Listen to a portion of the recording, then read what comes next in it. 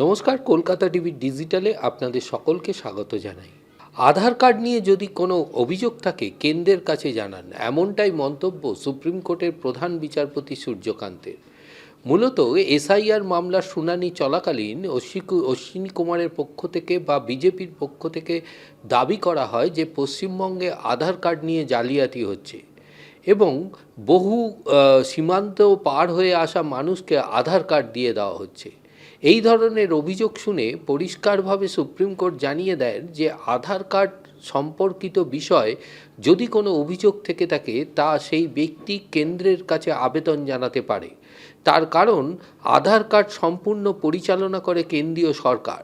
অর্থাৎ যদি কোনো জালিয়াতি হয়ে থাকে বা এই ধরনের যে অভিযোগ তোলা হচ্ছে যে অনুপ্রবেশকারীদের আধার কার্ড দিয়ে তাদেরকে ভোটার তালিকায় নাম তোলানোর একটা প্রচেষ্টা চলছে, সেই বিষয় কিন্তু কেন্দ্রীয় সরকারকে এ বিষয়ে তদন্ত করতে হবে। আদালতের দায়িত্ব নয় এই আধার কার্ড জালিয়াতির বিষয়ে তদন্ত করার, এমনটাই মন্তব্য প্রধান বিচারপতি সূর্যকান্তের নেতৃত্বে ৩ বিচারপতির বেঞ্চের।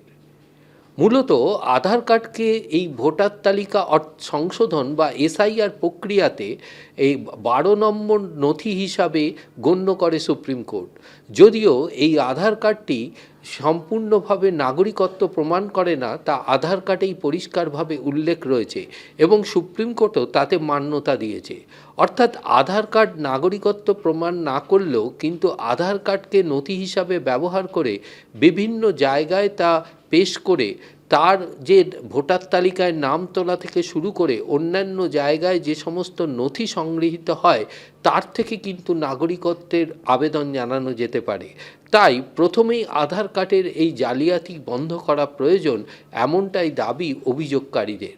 যদিও সুপ্রিম কোর্ট পরিষ্কার জানিয়ে দিয়েছে যে এই বিষয়ে পরিষ্কারভাবে তদন্ত করতে হবে কেন্দ্রীয় সরকারকে, আদালত এ বিষয়ে কোনোভাবেই তদন্ত করতে পারে না বা কেউ তদন্ত করলে তাতে হস্তক্ষেপ করতে পারে না। তাই আধার কার্ড নিয়ে জালিয়াতি বা অন্যান্য অভিযোগ থাকলে তা সুপ্রিম কোর্টকেই তদন্ত করতে হবে, এমনটাই মন্তব্য সুপ্রিম কোর্টের প্রধান বিচারপতি সূর্যকান্তের নেতৃত্বে ৩ বিচারপতির বেঞ্চের।